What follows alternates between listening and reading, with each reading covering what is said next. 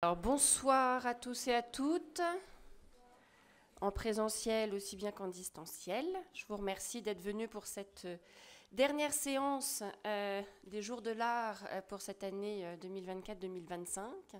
Et ce soir, nous allons donc essayer de renouveler les institutions, ce qui est quand même un vaste programme pour nos deux intervenants, ou en tout cas essayer de voir et de comprendre comment justement on a pu renouveler ou essayer de renouveler les institutions de l'enseignement de l'art, que ce soit de la pratique, principalement pour ce qui nous concerne aujourd'hui, mais qui doit pouvoir, je pense aussi, nous inspirer pour ce qui concerne de la théorie, et à savoir plutôt de l'histoire de l'art.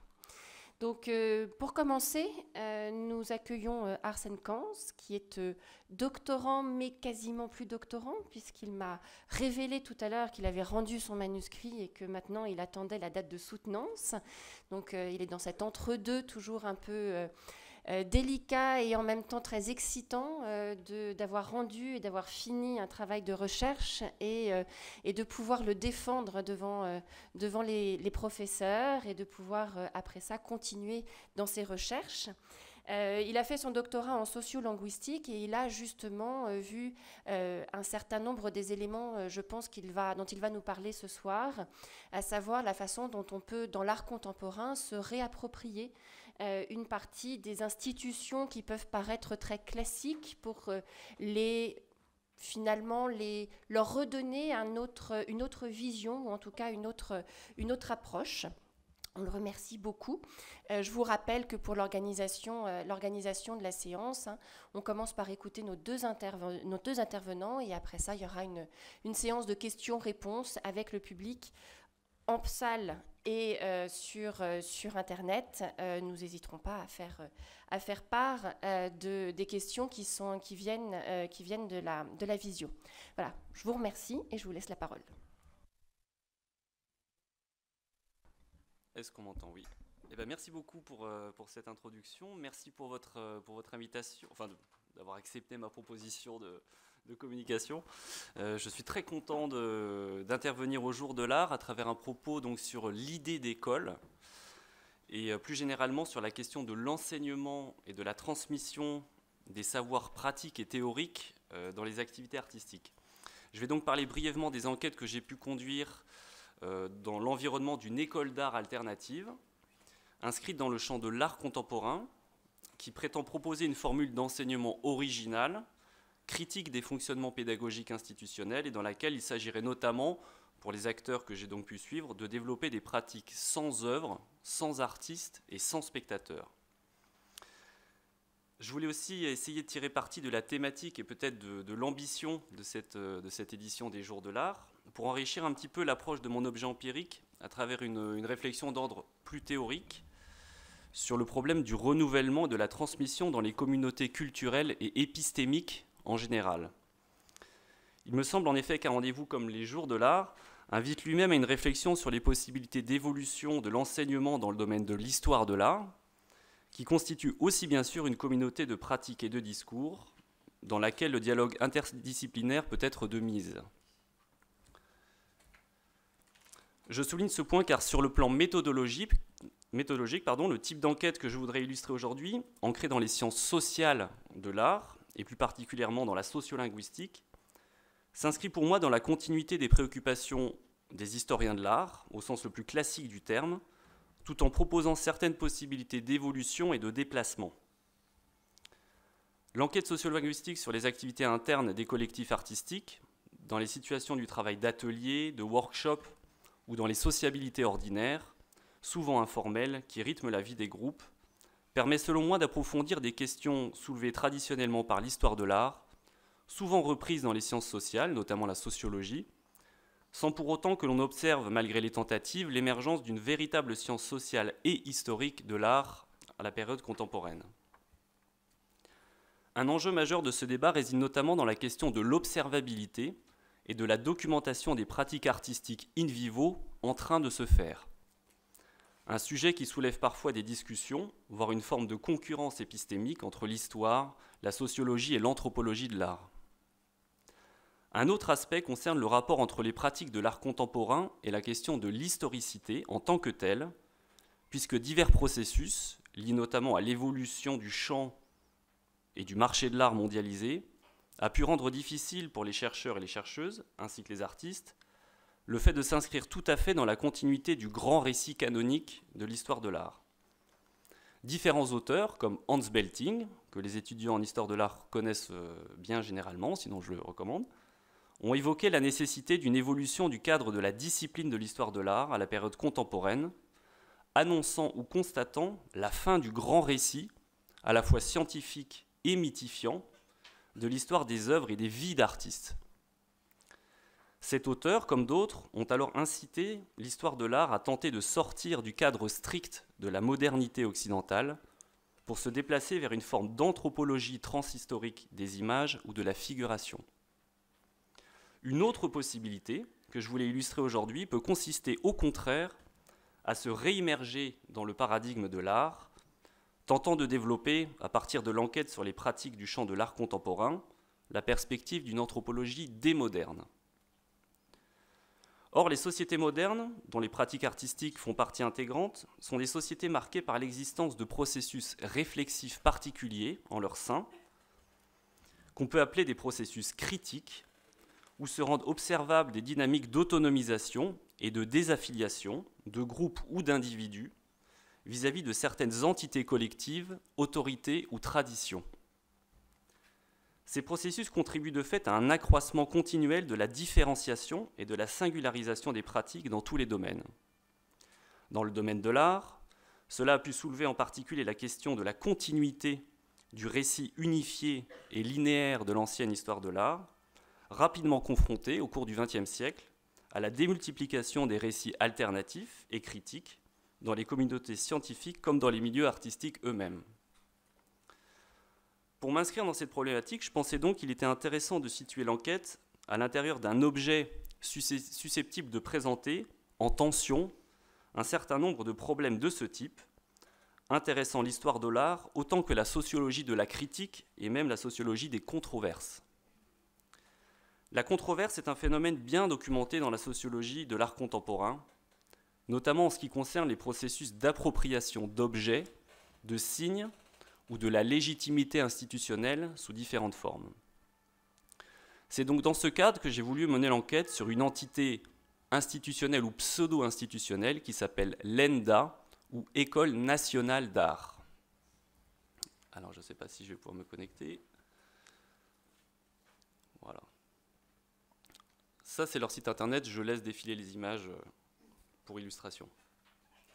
Alors mon enquête a commencé grosso modo en 2015 et s'est poursuivie jusqu'en 2019 essentiellement, en se concentrant sur le fonctionnement interne de ce projet pédagogique dédié aux pratiques artistiques s'inspirant de l'art conceptuel, du happening caprovien, de Fluxus et de la critique institutionnelle en gros. L'ENDA se définit donc comme une école d'art alternative, expérimentale, critique, difficile à définir en tant qu'objet, parfois en partie parodique dans sa forme, et relativement erratique dans son mode organisationnel et sa structuration en tant qu'institution. Il s'agit donc d'une école dédiée aux pratiques artistiques dites sans œuvre, refusant la matérialité, prônant l'informalisation de la pratique de l'art, le plus possible mêlée à l'ordinaire, et rejetant l'exposition comme cadre de monstration du travail artistique.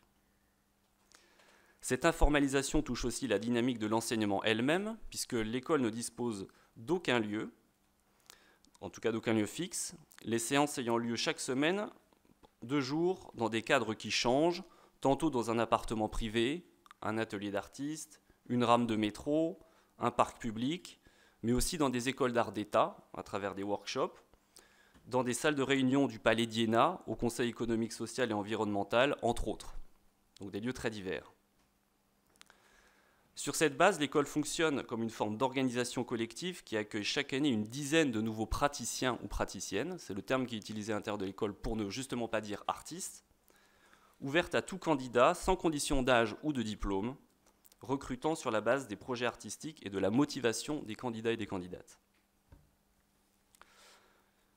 Active sous le nom de ENDA depuis 2017, cette entité est en fait une organisation qui résulte de la dissolution et de la recomposition d'une structure plus ancienne, qui s'était autodésigné précédemment IHEAP. Historiquement, l'IHEAP, c'est l'Institut des hautes études en arts plastiques, qui était le nom d'une école d'art expérimental fondée par Pontus Sulten, l'artiste, ouverte avec le soutien de la ville de Paris entre 1988 et 1995. Aussi animée par des artistes et critiques comme Daniel Buren, Sarkis, Serge Fauchereau, entre autres, l'IHEAP était un projet expérimental d'école d'art tenu par des artistes, pour des artistes, se posant comme une forme d'alternative à l'école des beaux-arts de Paris. Par la suite, quelques années après la fin des activités de cet institut en 1995, le nom d'IHEAP a fait l'objet d'une entreprise d'appropriation, jugée finalement abusive et frauduleuse par la justice, appropriation opérée par l'artiste Alexandre Gourita, qui, avec d'autres, a pratiqué ce qu'il appelle la captation institutionnelle du nom de l'ancien institut, prétendant en assurer légitimement la continuité pédagogique. Finalement, Daniel Buren a intenté un procès à l'équipe du prétendu nouvel IHEAP, procès tranché en défaveur de ce dernier en décembre 2016. Suite à ce verdict judiciaire, les activités pédagogiques de l'Institut, dans sa version fantôme, ont donc cessé. Elles se sont reformulées néanmoins dans la foulée, toujours sous la direction de Gourita, exsangue d'une partie de l'équipe, et se poursuivant donc jusqu'à aujourd'hui sous la bannière de l'ENDA. Sur ce terrain, je voulais évoquer aujourd'hui un aspect souvent débattu dans les réflexions sur l'écriture de l'histoire de l'art, et qui est la question du récit de vie de l'artiste.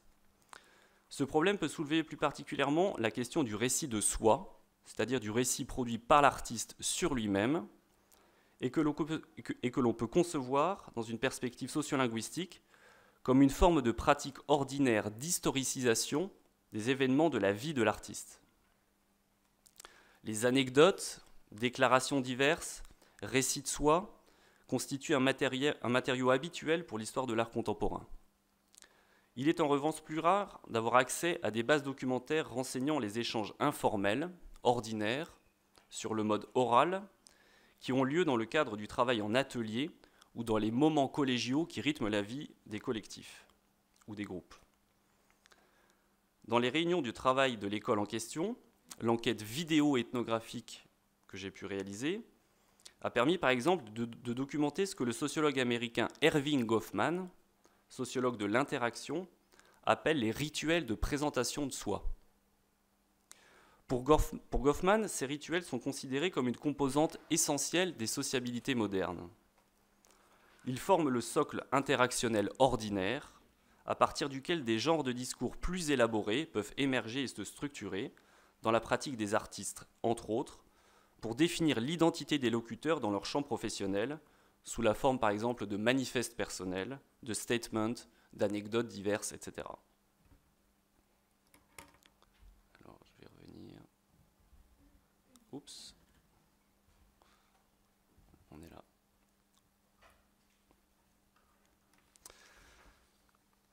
Dans les contextes pédagogiques en particulier, ces éléments textuels reposent sur une infrastructure discursive importante, dont les dimensions informelles, souvent orales, intéressent centralement l'enquête sociolinguistique. Ici, par exemple, nous avons affaire à une séance de travail ordinaire au sein de l'ENDA, où a donc lieu un tour de table, lors duquel les différents praticiens et praticiennes présentent à tour de rôle l'état d'avancement de la définition de leurs pratiques respectives. La séance a lieu dans une salle de réunion de l'hôtel Salomon de Rothschild à Paris, avec peut-être quelques éléments d'iconographie qu'on peut relever. C'est un tour de table, donc la table est ici, aussi sur le schéma. Ici se trouve le praticien qui présente sa pratique. Là, le directeur de l'école dans l'ombre qui lui formule ses critiques. Il y a aussi les fils qui connectent à un vidéoprojecteur qui est repéré ici sur le schéma. C'est la fin de journée, la lumière est très sombre, une petite ambiance de clandestinité ou de sédition, si on veut rêver un peu. Et donc c'est dans ce type de setting que se déroulent les échanges qui intéressent donc l'enquête sociolinguistique sur les récits de vie ou les récits de pratique, notamment dans leur dimension biographique. Pour toute une partie de la sociolinguistique, il apparaît nécessaire de décrire les interactions conversationnelles que l'on observe avec le plus grand détail possible, à travers des transcriptions qu'on appelle multimodales, qui permettent de rendre compte de la dynamique concrète, corporelle, gestuelle, des échanges qui ont lieu dans ces rituels d'interaction. Alors ici, le jeune praticien qu'on a vu au-dessus est en train de présenter un travail plastique autour du thème du chaos, avec des montages d'images photographiques, une identité graphique bien réfléchie, censée illustrer selon lui l'esprit de notre temps, qu'il appelle le siècle de l'image, et dont il espère pouvoir vendre les illustrations à des galeries ou des collectionneurs pour toucher de l'argent et promouvoir son message.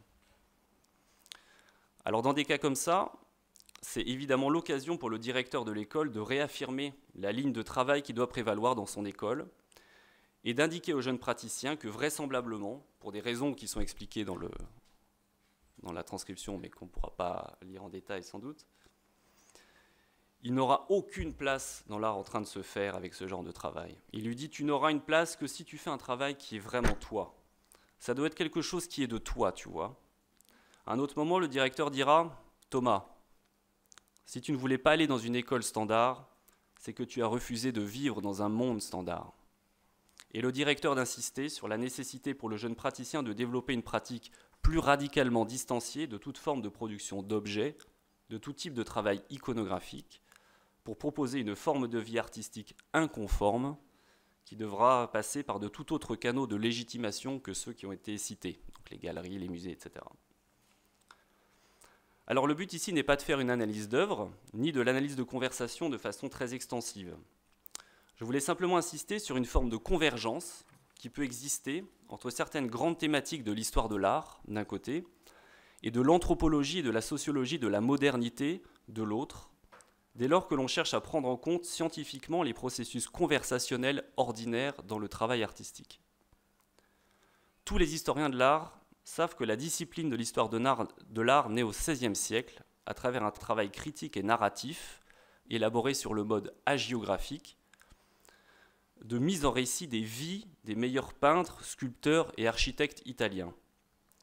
Je fais bien sûr référence au texte de Vasari de 1550 qui pose les bases narratives du grand récit, autonome et linéaire de l'histoire de l'art, classique, à partir de l'exemple des grands artistes de son temps.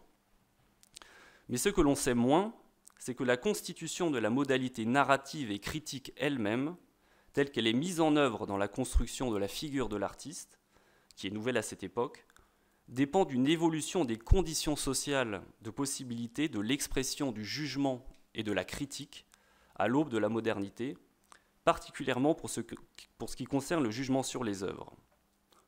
Dans ces processus, les modalités proprement conversationnelles de l'activité critique sont une particularité notable du système moderne de la critique en général.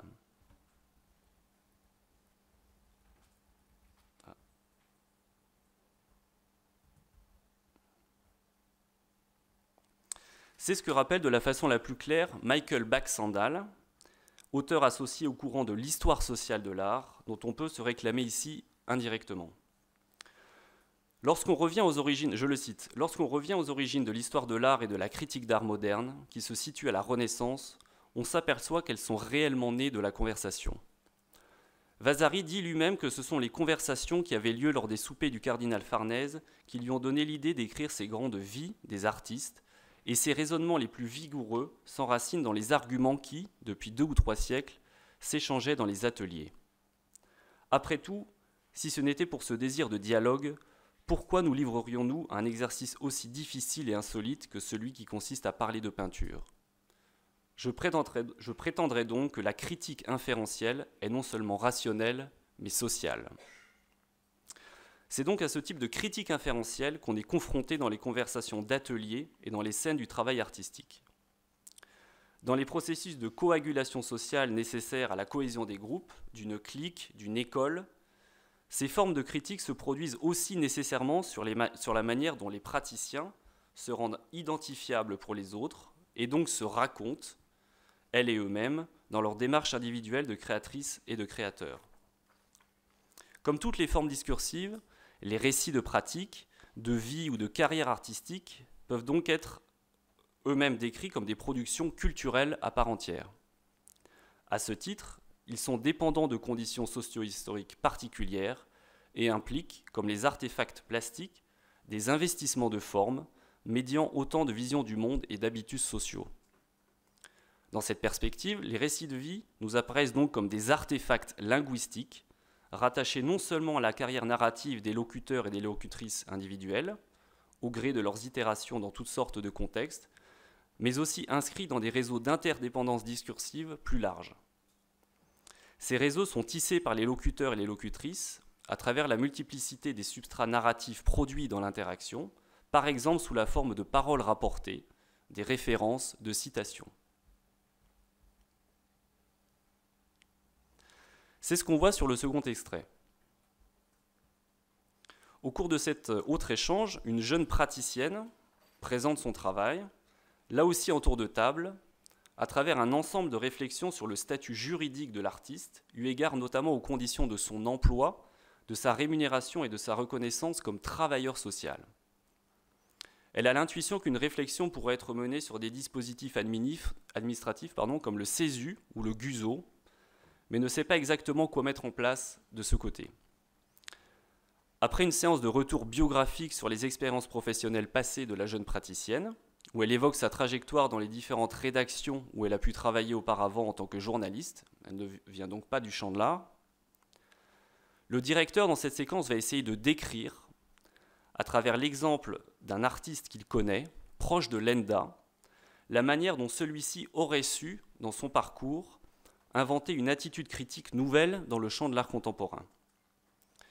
Dans ce type de récit parallèle, où l'évocation de l'histoire d'un artiste absent sert à instruire le récit d'une jeune praticienne en présence, il peut être intéressant de regarder le travail représentationnel opéré par le locuteur au moment de rejouer, comme dans une forme de micro-scénette, des scènes discursives passées, moyennant tout un travail de figuration et de stylisation de la parole d'autrui.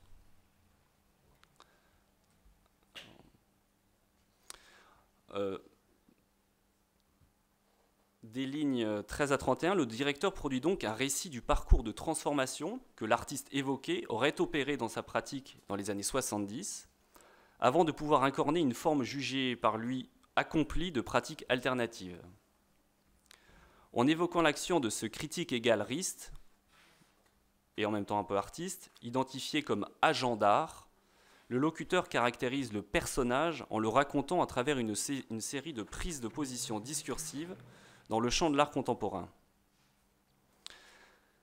Ces positions discursives sont introduites dans le discours à travers des paroles rapportées, deux zones textuelles alternes dans la narration, qui correspondent à chaque fois à deux registres de voix distincts. Dans les propositions principales introductives aux paroles rapportées, le propos du locuteur secondaire, celui à qui les paroles rapportées sont attribuées, sont toujours présentés à partir du même verbe de parole « dire », il disait, Guillain il disait en 1976, et il disait, donc il a dit, insistant par la suite sur la modalité assertive du propos. Alors, je ne fais pas l'accent, mais Guillain il disait en 1976, moi ça m'intéresse plus d'avoir une galerie, sa galerie est connue. Il a fait connaître des gens qui aujourd'hui sont mondialement connus comme Buren et plein d'autres, Paul Bury, etc. Et il disait, mais moi je ne suis plus galeriste, je suis plus agent d'artiste, je veux plus de galerie, c'est un système, c'est quelque chose d'archaïque. C'est quand il avait son appartement rue de Beaubourg. Et donc il a dit, ok, je garde ma galerie et je l'ouvre plus que sur rendez-vous. Le directeur commente, je pense que c'est un des premiers, ou l'un des premiers qui a ouvert sa galerie sur rendez-vous, de telle heure à telle heure, etc. À travers cette suite de citations, elle-même inscrite à l'intérieur d'une séquence de rejeu dans la conversation, ce que le sociologue Goffman appelle un replay, le locuteur stylise un ethos discursif, c'est-à-dire un tempérament discursif, à des fins d'explicitation pédagogique pour la jeune praticienne. Sur cette base, à l'issue de la narration, le locuteur peut finalement monter en généralité, comme on dit en sociologie,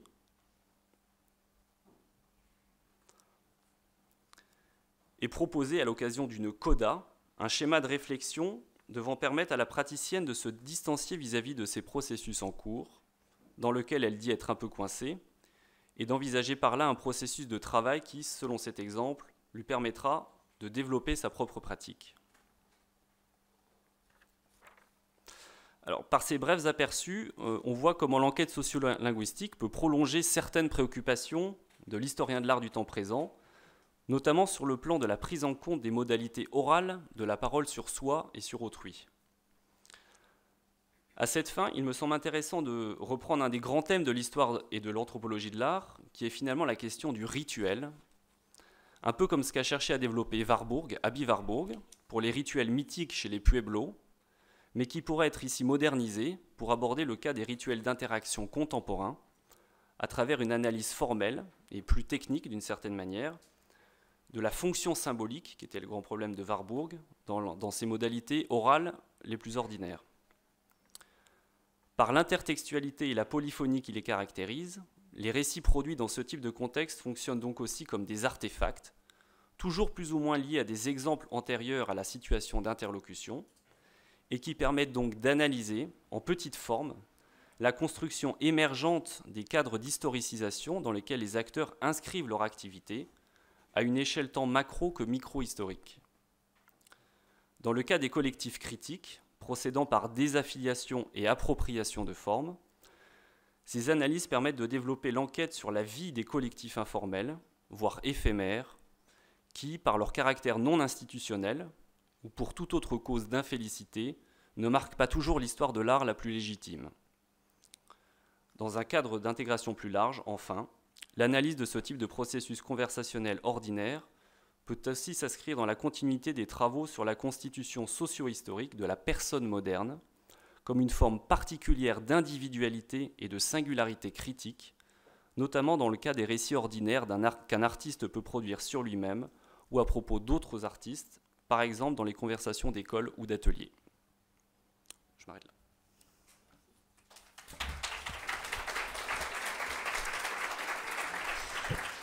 Merci beaucoup pour cette approche finalement assez différente de celle dont on a l'habitude, hein, le fait d'avoir la sociolinguistique qui vient nous retranscrire aussi les discours et les conversations que peuvent avoir un directeur avec, là en l'occurrence, un praticien, mais qui a un écho aussi en nous entre les enseignants et les étudiants, hein, puisqu'on a aussi ces éléments-là et qui effectivement éclairent d'une autre façon la pratique artistique, même si personnellement j'ai beaucoup apprécié les réponses de la praticienne à tout ce que lui dit le directeur, les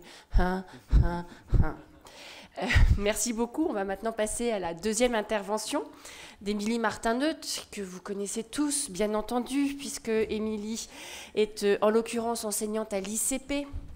Elle est spécialiste de l'art anglais et surtout du 19e siècle. Et ce soir, elle va nous parler de la Slade School of Art, et notamment en particulier de Evelyne de Morgan, on va l'appeler comme ça à la française. Et résultat, se poser la question de l'éducation artistique et de l'éducation des femmes artistes dans une Angleterre victorienne qui finalement laissait parfois assez peu de place aux femmes et à l'éducation des femmes, surtout sur ces pratiques qui sont souvent jugées comme étant peu féminines ou en tout cas pas ouvertes aux femmes. Merci beaucoup, je te laisse la parole. Merci pour l'invitation. Alors, je vais vous demander d'être bienveillant et clément et clémente, puisque c'est un exercice de style en français. Vous savez que je n'ai pas l'habitude, je vais faire de mon mieux.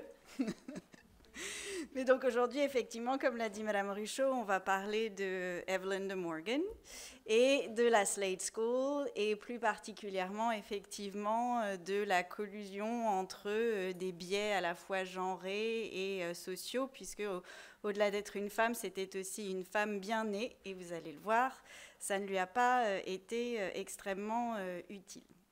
Alors l'objectif aujourd'hui, c'est de parler d'un cas d'étude particulier pour démontrer que l'éducation artistique des artistes féminines a posé problème à divers moments, et un cas plus spécifique qui nous permet d'illustrer donc l'intersectionnalité que ces femmes donc, ont pu rencontrer à une époque où effectivement la place assignée aux femmes est particulièrement bornée. Alors l'institutionnalisation, la nationalisation donc, de l'enseignement artistique en Grande-Bretagne, c'est quelque chose qui a suivi une progression donc, qui est sensiblement différente de celle que la France et l'Italie ont pu connaître, notamment, ne serait-ce qu'avec un décalage chronologique significatif qui voit s'ouvrir tardivement donc, la Royal Academy of Arts le 10 décembre 1768 à Londres sur autorisation spécifique du roi George III. On a 2 membres fondatrices, Mary Moser et Angelica Kaufman, qui sont donc 2 artistes femmes qui font partie des premiers membres invités par le roi à participer à cette grande aventure, mais il va ensuite en aller bien différemment donc pour les élèves féminines qui souhaitent suivre l'enseignement dispensé de Pall Mall à Somerset House jusqu'à Burlington House, et à quelques très rares exceptions, obtenues souvent par ruse, en dissimulant leur genre, les élèves féminines sont délibérément tenues à l'écart de l'enseignement académique royal, c'est-à-dire officiel. Donc, en dehors des formations particulières en atelier, il faut attendre 1871 et l'initiative privée d'un certain Felix Slade pour assister donc à l'ouverture de la Slade School of Fine Arts, dont l'objectif est d'intégrer une école des beaux-arts au sein d'une université qui est dédiée en premier lieu aux arts libéraux et au cœur de la capitale britannique, mais avec une ramification à l'échelle nationale.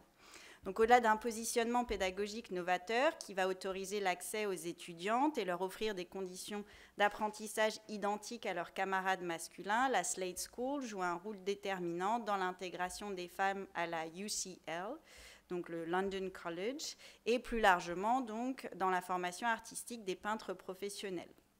En 1871, les travaux se terminent et permettent donc l'arrivée des premières élèves, parmi lesquelles on comptera 2 ans plus tard Evelyn de Morgan, qui va suivre les enseignements d'Edward Poynter, qui est un des premiers professeurs et le premier directeur de la Slade, formé à Paris, et notamment donc beau-frère de Georgiana et Edward Burne-Jones.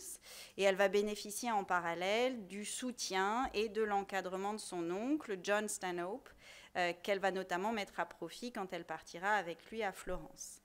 Alors, la peintre Marie, de son premier prénom, Evelyn Pickering, née Pickering et épouse de Morgan, donc est l'épouse du céramiste William de Morgan, qu'elle épouse, donc il y a 16 ans de plus qu'elle. Elle l'épouse en 1887, 4 ans après leur rencontre, et ils vont former ce qu'on appellerait communément aujourd'hui un power couple.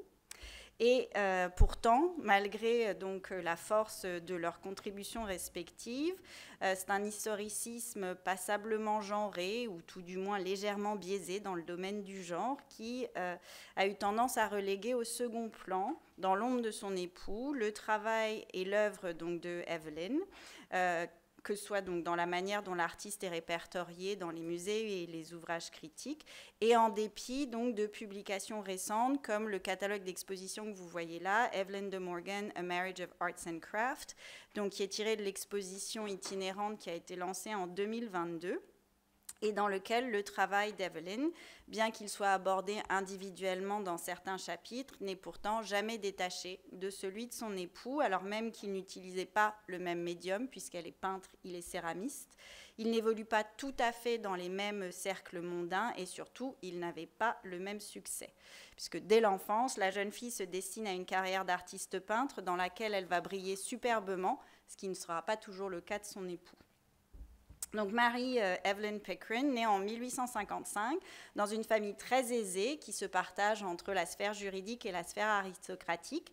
Son père est un avocat londonien, il est un des conseillers de la reine Victoria. Sa mère descend du premier comte de Leicester, qui est un des favoris de la reine Élisabeth Ier, donc une noblesse de très ancienne lignée. Et dès que Marie annonce son intention donc, de faire de l'art son métier, elle se heurte à l'opposition radicale de sa famille qui voit d'un très mauvais œil son ambition de poursuivre une carrière artistique au niveau professionnel, une voie qui est très mal vue par l'ensemble de la société victorienne, toutes classes confondues, notamment pour une jeune fille issue de la très bonne société. Sa mère est profondément affectée à l'idée d'avoir une fille artiste et selon une autre de ses filles, compare la découverte des intentions de Marie à celui d'une poule qui aurait découvert avoir couvé un canard. Donc enfant, Marie étudie donc dans sa chambre, cachée, porte fermée, pour travailler le dessin qu'elle dissimule ensuite dans ses placards et sous son lit. Et à l'âge de 12 ans, elle s'initie à la peinture à l'huile qui est beaucoup plus dure à dissimuler, tant et si bien qu'un jour donc, elle est découverte et on décide alors de lui trouver des professeurs particuliers dignes de ce nom pour qu'elle ait plus d'espace pour apprendre et parce que, quitte à peindre, autant que ce soit des peintures de qualité pour faire honneur à la famille. Donc elle a alors 15 ans et ses professeurs lui refusent systématiquement l'accès aux modèles vivants et à l'anatomie au profit de l'étude des plantes, ce contre quoi elle proteste régulièrement et vivement. En parallèle, elle va recevoir donc le soutien décisif de son oncle, le peintre assimilé au pré-raphaélite John Stanhope, et va bénéficier également du soutien et de l'influence d'un ami de la famille, le peintre George Frederick Watts, et va illustrer une fois de plus un des arguments avancés par Lyndon Auckland en 1971, selon lequel l'environnement familial d'une artiste professionnelle joue un rôle décisif dans une formation complète et ambitieuse, y compris alors que des institutions artistiques telles que la Royal Academy existent déjà. C'est un véritable cas d'école. Donc Mary Evelyn intègre sous ses deux prénoms la South Kensington National Art Training School en 1872 et y passe quelques mois à étudier, mais ses aspirations sont en contradiction, elle le dit elle-même, avec l'accent mis par l'école sur l'idée d'un artisanat et d'un accomplissement spécifiquement adapté au genre féminin. Pourtant, donc, elle travaille sans relâche et note notamment dans son journal en 1872, le 30 août, qu'elle se met à travailler un peu avant 7 heures du matin et travaille sans relâche jusqu'à 17 heures, ne s'arrêtant que quelques instants pour manger et se dégourdir les jambes. L'art est éternel, dit-elle, mais la vie est courte. Je ferai en sorte de rattraper le temps perdu. Je n'ai pas un moment à perdre, justement. En 1873, elle candidate et est admise donc à la Slade School of Art et c'est l'une des 3 premières femmes à y rentrer. Elle y restera 3 ans jusqu'en 1876. Donc, la Slade School est officiellement fondée en 1868 suite au testament d'un riche avocat dont vous voyez ici le portrait. Vous ne voyez pas le portrait, pardon, c'est le portrait d'un de ses professeurs. Donc ce riche avocat, Felix Slade, qui décède en 1868, il a pour ambition donc, de créer une école des beaux-arts intégrée donc, à une université consacrée aux arts libéraux et qui offrirait dès le début les mêmes opportunités, les mêmes conditions d'études aux étudiants et aux étudiantes. Donc l'école doit comporter 3 chaires, une pour Oxford, une pour Cambridge et une pour Londres. À Oxford, donc, le premier professeur, c'est John Ruskin, le critique d'art et soutien des pré-raphaélites. À Cambridge, c'est un architecte, Matthew Wyatt, qui est nommé. Et le 3e, à Londres, sera donc Edward Poynter, qui est un artiste peintre formé notamment à Paris. L'école ouvre en 1871. Une fois les travaux achevés, Poynter prend sa chaire jusqu'à ce qu'il soit ensuite nommé donc, président de la Royal Academy. Une fois les travaux achevés, donc, les élèves sont acceptés au mérite sur présentation d'un portfolio et après avoir passé un entretien, quel que soit leur genre. Il semble cependant, à la lecture donc, des archives, que les frais de scolarité aient été plus élevés pour les étudiantes que pour les étudiants. Certains cours sont en non-mixité, tout comme les salles de repos, mais les bourses, en revanche, sont disponibles de manière égale pour tous et pour toutes. Et surtout, les femmes peuvent enfin travailler d'après le modèle vivant, masculin et féminin, complètement ou partiellement vêtues, ce qui ne sera le cas à la Royal Academy qu'en 1903, soit près de 30 ans plus tard. Alors, cette nouveauté du modèle vivant, c'est une nouveauté que Poynter appuie fermement, très conscient des limites que l'absence d'un tel enseignement pose pour produire un travail, dit-il, de classe supérieure ou de grand genre. Cette nouveauté, il la met d'ailleurs en avant régulièrement et elle est relayée par la presse.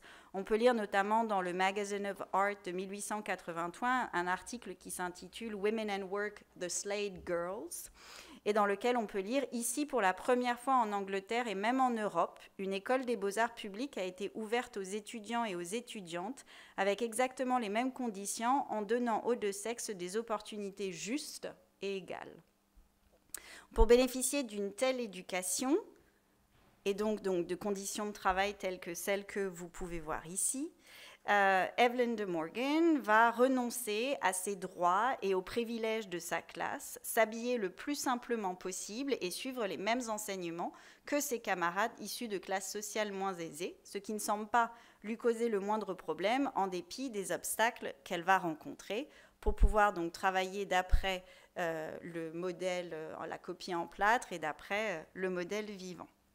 Alors, elle découvre par exemple qu'elle n'a pas le droit de marcher seule de chez elle à Gower Street, qui est l'endroit où se situe l'école, et vice-versa. Célibataire, il est impensable qu'elle se promène sans chaperon. Et donc, elle doit y aller en calèche, mais fait arrêter la calèche quelques immeubles avant pour pouvoir faire le reste du chemin à pied, son matériel sous le bras. Et on décide alors d'embaucher une domestique qui a pour ordre de ne jamais la perdre de vue, mais dont, visiblement, si on en croit les lettres de ses sœurs, la corpulence semble l'empêcher de courir derrière Marie, que l'on décrit marchant d'un pas vif, cheveux au vent, sur le trottoir d'en face, car elle interdit à sa compagne de marcher sur le même trottoir qu'elle, quand elle ne sort pas carrément de la résidence familiale par une autre porte, pour éviter que celle qui la suive comme son ombre ne puisse le faire. Donc, basé sur le modèle français, le programme de la Slade School pour l'année 73-74, donc année d'entrée d'Evelyn, indique qu'elle suivait donc chaque jour des cours de dessin d'après le modèle drapé et le modèle nu pendant 4 heures, comme on peut le voir sur ces gravures, puis ensuite d'après le modèle antique pendant 3 heures supplémentaires. Donc, bien que révolutionnaire au regard de l'enseignement, cette idée est encore taboue et l'idée que les femmes puissent étudier après 17 heures les modèles nus et les modèles vivants n'était pas acceptée. Donc, il y avait une restriction horaire. À cela s'ajoutait donc la peinture d'après le modèle vivant et la copie des peintres des maîtres anciens, ainsi que des exercices de composition. Et l'enseignement donc à la Slade permet à notre artiste d'étudier l'antique, notamment, comme cette étude que vous voyez ici à l'écran, de la Junon Farnèse, un moulage en plâtre à partir donc d'une copie romaine d'un original grec. Donc on sait que Marie copie également le Laocoon, elle copie des lanceurs de disques et des discoboles. Et l'étude du travail d'Evelyn témoigne donc d'un talent certain pour le dessin, une compréhension fine de l'anatomie, dont les leçons à la Slade sont assurées par un chirurgien, John Marshall, qui est ami donc de nombreux peintres. La Slade School encourage notamment les étudiants à assister à des conférences données par des professeurs d'autres écoles de l'université, aussi bien en sciences qu'en arts. On a par exemple un tableau qui date de 1877, donc à l'issue de sa formation, Cadmus and Harmonia, ou Cadmus et Harmonie, qui illustre justement donc sa compréhension et sa maîtrise nouvelle de l'anatomie. C'est un tableau tiré des Métamorphoses d'Ovide, un texte classique qui décrit notamment une série de transformations, et celle par exemple de Cadmos qui a été transformée en serpent par Mars, et Harmonie, son épouse et fille de Mars et de Vénus, supplie donc le dieu de subir la même transformation pour rejoindre son époux. Et donc Evelyn dépeint le moment qui précède la transformation d'Harmonie et celui qui suit celle de son époux. Et elle arrive donc à restituer la peinture, la texture de la chair, en superposant donc plusieurs couches translucides de bleu et de rose pour rendre compte donc de la chair humaine qui semble palpable et quasiment frémissante. C'est une œuvre qui illustre également évidemment l'influence des artistes italiens et notamment de Botticelli, puisque ses contemporains au moment de l'exposition de l'œuvre ne manqueront pas de noter les similitudes de posture avec la naissance de Vénus de Botticelli et notamment la ligne sinueuse du serpent avec celle de la chevelure de Vénus dans le modèle botticellien. Donc une fois diplômée de la Slade, Evelyn va continuer à dessiner tous les jours jusqu'à la fin de sa vie. Ses dessins, vous allez le voir d'ailleurs, sont très instructifs en raison de leur talent, du sujet, mais aussi parce qu'ils nous aident à comprendre le processus de travail qu'elle va élaborer suite à sa formation. Donc à partir d'esquisses de composition, elle va rapidement progresser vers des études de vie de plus en plus détaillées, en dessin puis en peinture, et choisira de travailler principalement au crayon et au pastel sur des vélins principalement gris, afin de produire donc des études de figures qui de nos jours circulent encore régulièrement. Des études doubles, vous allez le voir, vêtues et dévêtues, extrêmement rigoureuses et particulièrement attentives à l'exactitude anatomique. Et outre donc ces différentes études posturales, elle va réaliser donc des études de détail, des visages par exemple, des membres particuliers, des mains, des pieds. qui vont être étudiés pour leurs détails et exprimer son souci de réalisme. Alors, grâce justement donc à son talent, elle va pouvoir briller pas uniquement socialement, mais institutionnellement. Ses camarades disent d'elle qu'elle est l'une des meilleures de sa promotion et de son époque, et elle va remporter donc une série de prix. La première année donc, de sa présence à la Slade School, elle va remporter le premier certificat de dessin d'après l'antique, et l'année suivante, donc elle remporte une médaille d'argent pour le dessin d'après la vie, et va gagner juste après une bourse de 50 livres, une des 2 bourses de 50 livres attribuées chaque année. Et cette bourse donc, est associée à une anecdote qui est devenue depuis mythique, puisqu'elle va remporter la bourse non pas sous le nom de Marie, mais sous le nom de Evelyn, son deuxième prénom, qui est donc celui avec lequel elle va signer le dessin d'après le modèle vivant qu'elle va soumettre, pour augmenter ses chances, puisqu'en anglais, Evelyn est un prénom mixte. Et une anecdote d'une de ses camarades raconte notamment que, alors qu'elle sortait du bâtiment après avoir remporté la bourse, justement, elle passe devant un groupe de camarades intégralement masculins qui consultent la liste donc, des lauréats et qui sont furieux de ne pas avoir été retenus et qui se demandent, avec une certaine aigreur, qui est justement ce fameux Evelyn Pickering qui a remporté la bourse et qui jalouse. Donc, la préparation méticuleuse des sujets de figure qui étaient exigés, inculqués et qu'elle a maîtrisés sont des études, des pratiques, des exercices donc, que Evelyn adore, des études de membres, de gestes, des tournures de tête, des relations figuratives qu'elle va explorer tout au long de sa vie, avec notamment plusieurs exemples, tantôt donc, des exercices, tantôt des préparations d'œuvres, comme les lutteurs que vous voyez ici, donc, qui est une étude tonale, dirait-on, au fusain et au crayon, donc sur papier, qui a été réalisée donc, à partir d'un moulage d'un marbre original qui date du IIIe siècle avant Jésus-Christ, conservé à la Galerie des Offices et dont la Slade possède donc, un moulage montrant donc, l'étude de l'idéal grec de beauté dans la formation classique d'Evelyn, ou plusieurs études de nus masculins assis d'après donc, le modèle vivant. La pudeur de l'artiste est préservée donc, par des draperies qui sont placées stratégiquement tout au long de la séance et qui sont obligatoires pour le modèle masculin.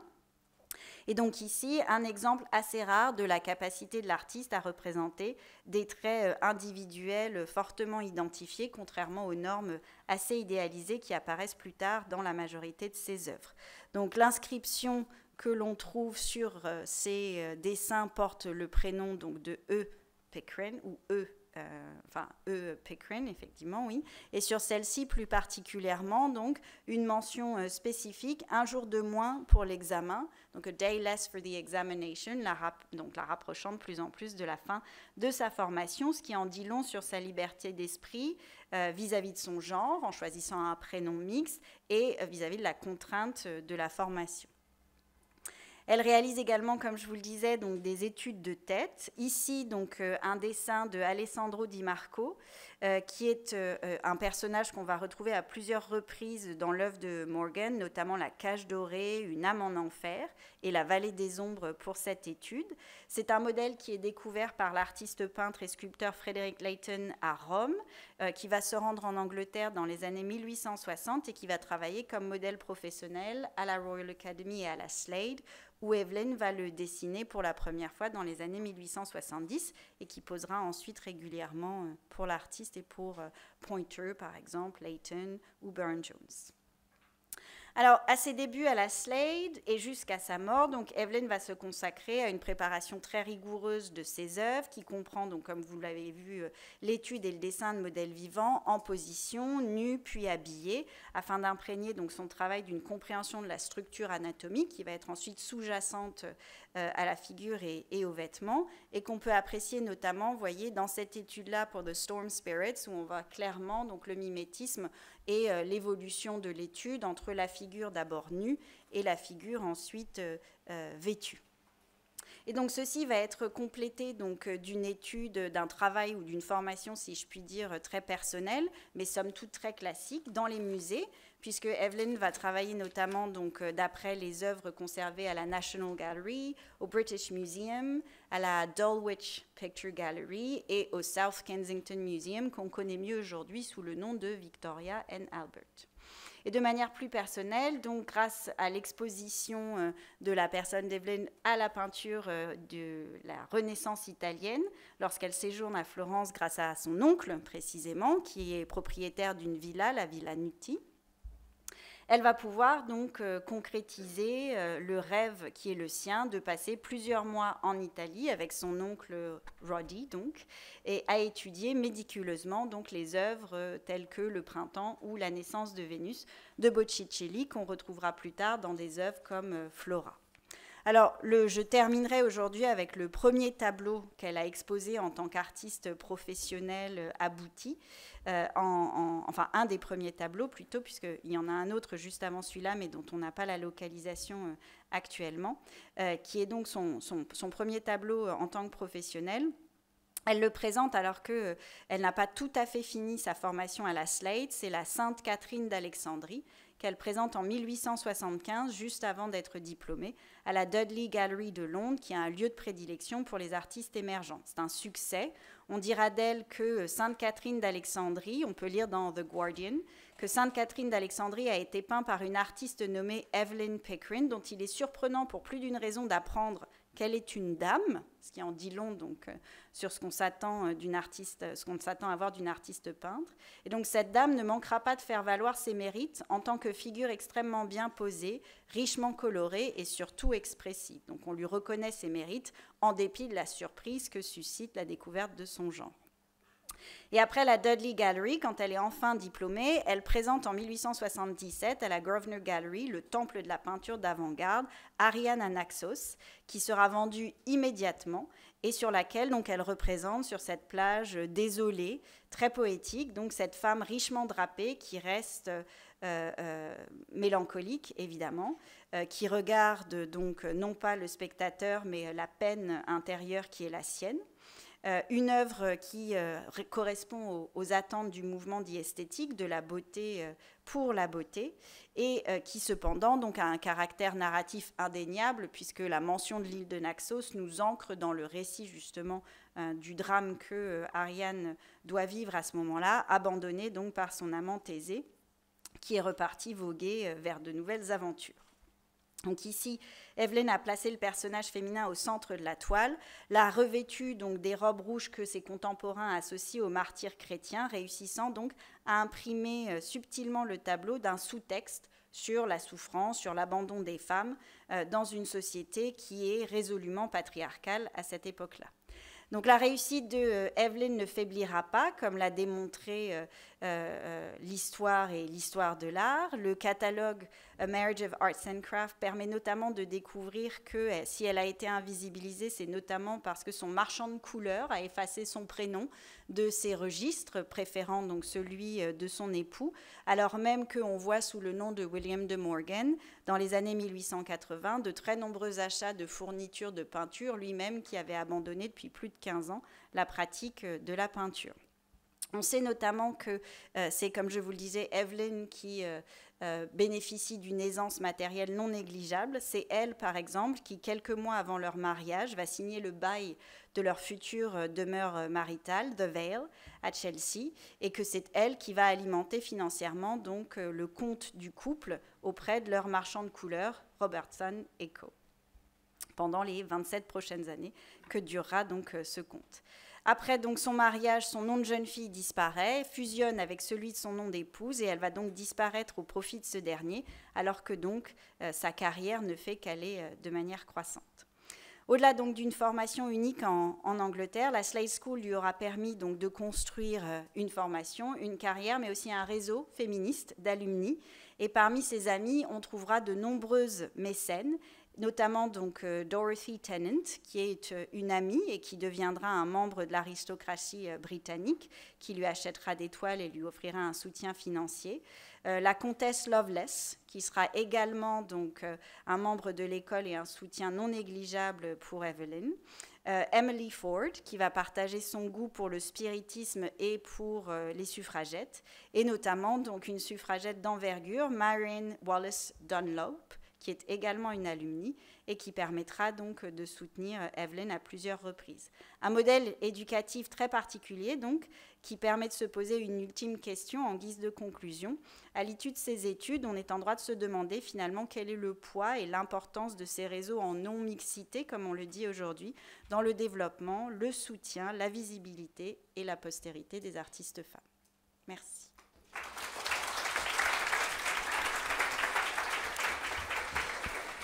Merci beaucoup d'avoir présenté Evelyne de Morgan, qui est effectivement aujourd'hui plus connue, mais qui a été, comme souvent les artistes femmes, invisibilisées, mais aussi d'avoir parlé aussi de la Slade School, qui est un projet intéressant, puisque en pleine Angleterre victorienne, faire une école d'art dans laquelle les femmes ont accès au nu et pas uniquement à la copie d'antique, c'était pour l'Angleterre victorienne déjà quelque chose de particulièrement révolutionnaire. Donc nous allons maintenant ouvrir la séance de questions et de réponses à nos intervenants. Donc si vous avez des questions, c'est le moment. Attendez d'avoir le micro pour les poser pour que les personnes qui soient en distanciel puissent les entendre. Et de la même façon, pour ceux qui sont en distanciel, n'hésitez pas à écrire vos questions sur le chat. Je les transmettrai à nos intervenants pour qu'ils puissent directement y répondre. Donc, la main est à vous, la parole est à vous. Est-ce qu'il y a des questions dans l'Assemblée? Non, jamais. Ça se bouscule au portillon, comme toujours. Moi, j'avais une première question pour la première intervention. Je ne sais pas, je suis arrivé avec une petite minute de retard, donc je ne sais pas si ça a été évoqué. Mais c'est quoi la particularité de la sociolinguistique? Je ne sais pas si tu l'as abordé. Non, merci, très bonne question. Effectivement, je n'ai pas défini la discipline en tant que telle. C'est une approche sociale du fonctionnement du langage dans les interactions entre les acteurs qu'on va observer sur le terrain en tant que sociologue ou ethnographe. Donc, on essaie de comprendre les pratiques sociales sous l'angle du langage, tout simplement. Et du langage à tous les niveaux, à la fois oral, mais aussi corporel ou autre C'est ça, c'est-à-dire effectivement, la base de la problématique, c'est comme on va enquêter sur des pratiques sociales, on va sur le terrain, donc on observe des interactions entre les acteurs, et la base du corpus du sociolinguiste, c'est précisément ces interactions qu'on va retranscrire avec des techniques d'enregistrement audio ou vidéo, et quand c'est vidéo, on arrive à produire des transcriptions qu'on appelle donc multimodales, où on intègre les éléments verbaux, mais aussi gestuels, la posture, le regard, pour saisir exactement la façon dont les acteurs vont interagir. Et donc le corpus de départ, c'est celui-là. Et à partir de ça, on en déduit une connaissance de l'activité, de ce qu'on appelle la cognition sociale, c'est-à-dire comment les acteurs réfléchissent et se comprennent en fonction des problèmes que pose leur activité dans leur milieu professionnel. C'est ça un peu l'idée. Finalement aussi les raccourcis de discours et de paroles qui sont propres à un milieu artistique ou à un milieu en particulier, ici particulièrement le milieu artistique. C'est ça. Ouais. Les raccourcis, oui, ce serait par exemple ce qu'on appelle en sociologie les connaissances d'arrière-plan. C'est tout ce qui n'est pas forcément verbalisé dans l'activité, mais que présupposent les acteurs parce qu'ils ont une compétence de membre dans leur milieu qui fait qu'ils ont un fond de pratiques, de connaissances, de références communs. Et c'est en général ces connaissances d'arrière-plan que la sociologie doit arriver à pénétrer pour comprendre quelle est la profondeur culturelle d'un milieu social. Merci beaucoup. Ouais. Parce que c'est exactement le cas, nous, quand on fait cours d'histoire de l'art avec vous, pour la plupart du temps, c'est-à-dire qu'on part d'un certain nombre d'acquis qui sont déjà présupposés, quoi. Merci. J'en profite pour rebondir aussi, puisque sauf s'il y a une question dans l'Assemblée. Ah oui, il y a une question. Alors, je profite le temps que le micro arrive juste pour poser ma question sur l'ENDA. J'ai été assez frappée justement dans la définition que vous avez donnée de l'ENDA en disant que c'est de l'invisuel. C'est-à-dire qu'on crée une œuvre on crée une œuvre qui n'est pas une œuvre, on crée une œuvre qui n'existe pas. Et donc, apparemment, de toute l'importance justement à ce niveau-là de la discussion entre les praticiens qui ne sont ni des artistes ni des étudiants, résultat, et le directeur qui a quand même une position d'autorité par rapport à ça. Et dans le principe de l'art invisuel, qu'est-ce qui permet au directeur d'avoir cette position d'autorité, finalement? La question que posent les organisations non institutionnelles, en général, elles fonctionnent sur la base d'une initiative, d'une personnalité qui considère et à qui on reconnaît une forme effectivement d'autorité, de réputation dans un genre de pratique. Et donc on va se former auprès d'elle ou auprès de lui, exactement comme dans les ateliers d'artistes peut-être au 19e siècle ou à d'autres siècles.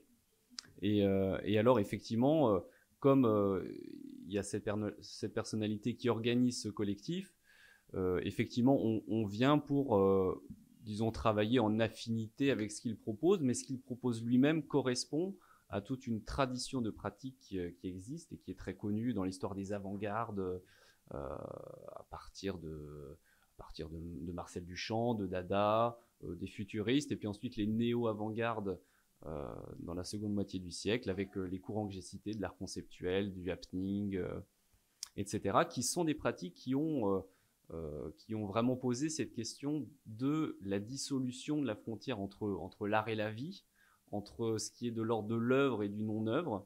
Et dans ce processus critique, il y avait l'idée d'aller jusqu'à se séparer de l'idée de matérialité, et donc de proposer des œuvres qui sont de l'ordre de l'expérience, du moment et de l'interaction, effectivement. Et donc c'est ce type de pratiques qui sont pratiquées dans le cadre de l'ENDA en particulier.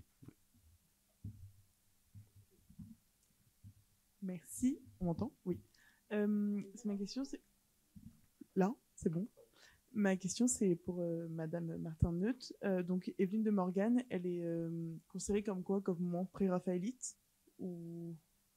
D'accord. Oui, comme dit Madame Rocheux, elle est considérée comme Evelyne de Morgan. Les pré-raphaélites, c'est historiquement extrêmement précis. Je commencerai juste par dire, elle ne signe pas PRB. Et Pre-Raphaelite Brotherhood, ça dit bien ce que ça veut dire. C'est une confrérie et pas une sororité. Donc, par définition, elle ne peut pas y appartenir. Elle fait partie d'une mouvance de la 2e et la 3e génération d'artistes qui ont des appétences pour les mêmes sujets et les mêmes pratiques techniques que les pré-raphaélites, mais je ne pense pas qu'il y ait besoin de lui attribuer un mouvement spécifique, si ce n'est peut-être éventuellement de la rapprocher du mouvement esthétique, de l'art pour l'art, de la beauté pour la beauté, mais comme on le voit avec Ariane, il y a dans ses œuvres une narration, un récit qui va à l'encontre justement de l'art pour l'art et de la beauté pour la beauté. Donc elle se situe à la croisée éventuellement de ces différentes tendances, mais elle reste une et indivisible, unique. Merci. Est-ce qu'il y a une autre question? Oui. Devant. Ah, devant. Quel endroit? Par là.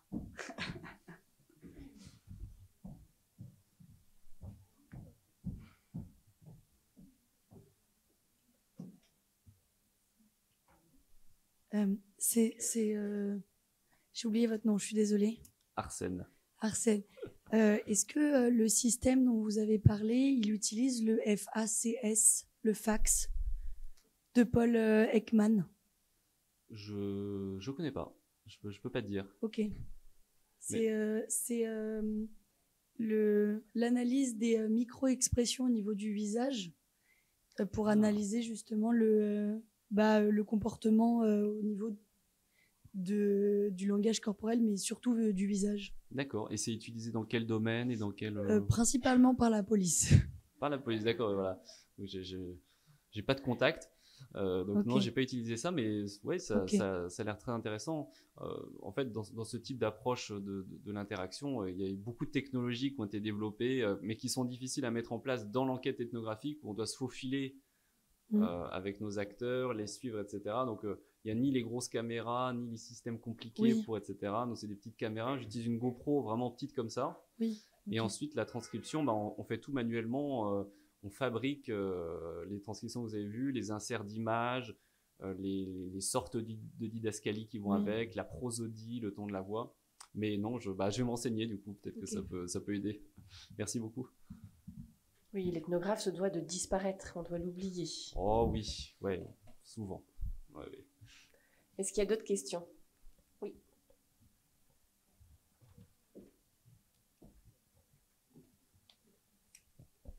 J'ai une question pour Madame Martin-Neuth. Vous avez parlé que plusieurs des mécènes de Evelyne étaient des suffragettes. Est-ce qu'elle-même, elle avait un engagement politique à ce niveau-là? Oui, je l'ai pas précisé, j'aurais pu, mais en 1889, elle signe justement la déclaration en faveur du droit de vote des femmes avec sa belle-sœur et sa belle-mère, donc respectivement Marie et Sophia de Morgan. Donc elle était militante activiste. J'ai une question qui vient du chat de Léa Bichard. Qui remercie pour la présentation très intéressante et qui souligne que tu as mentionné justement un passage de l'individualisation réalisme vers une certaine idéalisation dans la pratique et dans la peinture de Evelyne. Et elle voulait savoir s'il y avait une corrélation chronologique avec, dans ce passage avec son intérêt pour l'ésotérisme et le spiritisme. Alors, c'est effectivement tout à fait possible, parce qu'on constate au fur et à mesure de l'évolution de son œuvre qu'elle tend de plus en plus vers le spiritisme dans les sujets qu'elle choisit, dans la représentation très symboliste des sujets qu'elle traite, y compris quand ils sont ultra contemporains comme la Première Guerre mondiale, et ça va de pair plastiquement justement avec une idéalisation qui est de plus en plus tangible et qui creuse toujours plus l'écart entre ces pratiques de travail préparatoire et les œuvres finales qu'elle présente ensuite publiquement. Donc, mais ceci dit, c'est un aspect qui n'a pas été encore étudié et creusé. Le spiritisme chez Evelyn de Morgan, ça reste un sujet de recherche. Appel au candidat. Absolument. Est-ce qu'il y a d'autres questions? Alors moi, j'ai une question plus personnelle, toujours sur Evelyn de Morgan. C'est... Alors, tu as parlé à un moment donné des artistes masculins qui se demandaient quel était cet artiste qui avait obtenu la bourse des 50 livres, ce qui au passage aujourd'hui peut paraître peu, mais pour l'époque était quand même énorme.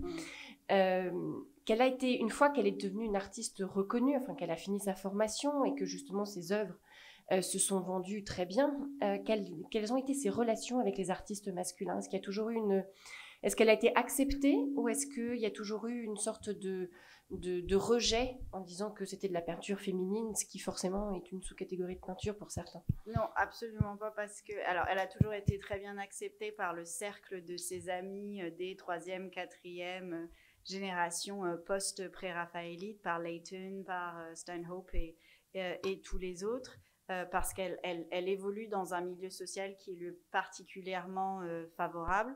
La presse la soutient également énormément. Et les critiques qu'on lui fait sont des critiques plus de l'ordre de la technique qu'autre chose, parce qu'elle sera exclusivement peintre d'histoire.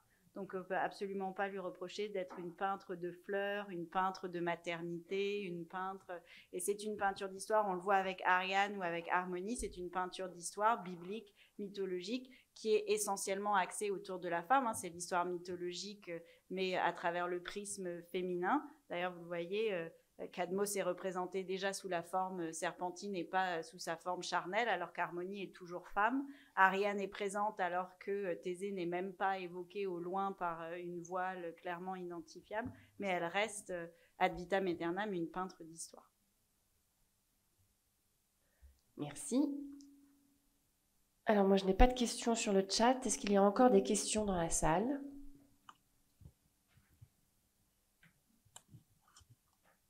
Moi, c'est juste pour du coup revenir sur la suite de cette question. Est-ce que ça lui portera quand même préjudice ou pas du tout le fait qu'elle fasse que de la peinture d'histoire et qu'elle se détache totalement de cet aspect?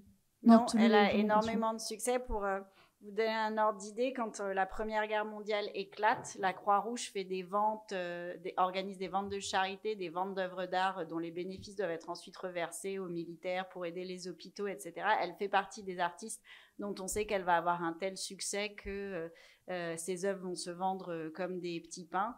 Et donc, elle fait des œuvres spécifiquement pour ses ventes de charité parce que la Croix-Rouge va capitaliser sur son nom et sa réputation. Et je le dis souvent en rigolant en cours en anglais, mais c'est elle qui faisait bouillir la marmite au sens propre et au sens figuré du terme. D'accord, merci. Enfin, au sens propre, ça s'entend, hein, ils avaient des domestiques, mais enfin, je veux dire, c'est elle qui faisait les menus, c'est ça que je veux dire, quoi. Elle avait son rôle de femme victorienne. Absolument, voilà. Elle tenait sa maison, mais les domestiques payaient les factures grâce à l'argent du profit de ses ventes d'œuvres. J'avais une question pour Arsène, du coup. Deux questions, en fait, en une. C'est quel usage, en fait, est destiné un petit peu à tout le travail, pour les historiens de l'art, finalement, parce que tu ne fais pas un travail d'historien de l'art, mais qui se rapproche de ta formation d'historien de l'art. Quel usage tu fais de cela et quel regard tu portes là, on a un exemple avec Evelyne, mais par exemple, sur toutes les anecdotes qui sont... Alors là, c'est Émilie qui nous les a racontées, mais j'imagine qu'elles sont écrites à un certain moment. Quel regard tu portes sur les discours portés de sociolinguistique, je ne sais pas comment le définir comme ça, mais justement dans les mots choisis, et là, dans une forme remédiatisé encore une fois, mais ouais. Enfin, voilà. Oui. Alors, moi, je considère que c'est quand même un type de réflexion qui correspond à une forme d'évolution possible de l'histoire de l'art et qui correspond à beaucoup de problèmes que, par exemple, Panofsky a posés, notamment dans Architecture gothique et pensée scolastique, où il pose le concept d'habitus. Le concept d'habitus, on l'associe souvent à Bourdieu, qui est vraiment le sociologue qui a théorisé l'habitus, mais Bourdieu, il le prend directement à Panofsky, et Panofsky explique comment, au Moyen-Âge, les manifestations artistiques devaient être mises en rapport avec les structures sociales de l'époque, les formes intellectuelles de la pensée scolastique, théologique, et tout ça formait un tout. Et ce que fait le sociologue, finalement, et le sociolinguiste, en analysant le langage, c'est qu'il interroge des structures sociales telles qu'elles apparaissent dans les activités qu'il observe. Et donc, pour moi, ce sont les activités artistiques. Donc, effectivement, ce n'est pas un type d'enquête qui amène à documenter des œuvres en tant que telles ou des propositions artistiques pour les répertorier dans une compréhension effectivement historienne au sens classique du terme. Mais pour moi, il y a quand même une dimension d'historicisation des pratiques à partir du temps présent. Ensuite, la question, c'est est-ce que l'histoire de l'art elle-même arrive à s'intéresser au temps présent et pour produire quel type de connaissances. Et là, je trouve que l'enquête, effectivement, sociologique apporte des éléments. Ensuite, ce qu'on peut se dire, c'est qu'on peut tout à fait extraire des données de l'enquête sociolinguistique des données qui peuvent être ensuite redirigées vers l'histoire de l'art, et par exemple, des récits d'artistes qui peuvent s'intégrer au corpus des récits autorisés, par exemple, à propos d'une œuvre ou d'une proposition artistique, et donc documenter tout simplement des trajectoires de créateurs. Ensuite, moi, à titre plus personnel, il se trouve que ça, c'est un des 3 terrains seulement que j'ai abordé dans ma thèse, qui est une thèse plus généralement d'ethnographie du travail d'atelier et de répétition dans les arts de la performance. Donc ça, c'est un terrain art contemporain, mais j'ai aussi un terrain en musique contemporaine, et la même chose en poésie contemporaine. Et j'essaie d'en dégager une théorie, en fait, sociologique des activités artistiques contemporaines dans différents domaines. Voilà. Merci. Merci. S'il n'y a pas d'autres questions, eh bien, nous allons remercier nos 2 intervenants pour ces 2 approches très intéressantes. Merci à tous ceux qui étaient là en présentiel, à ceux qui nous ont suivis en distanciel. C'était donc la dernière séance des Jours de l'Art pour cette année, mais on se retrouve dès l'année prochaine avec un nouveau programme qui sera bien entendu tout aussi passionnant. Et vous avez les feuilles de présence à signer pour les étudiants qui sont devant cette fois-ci.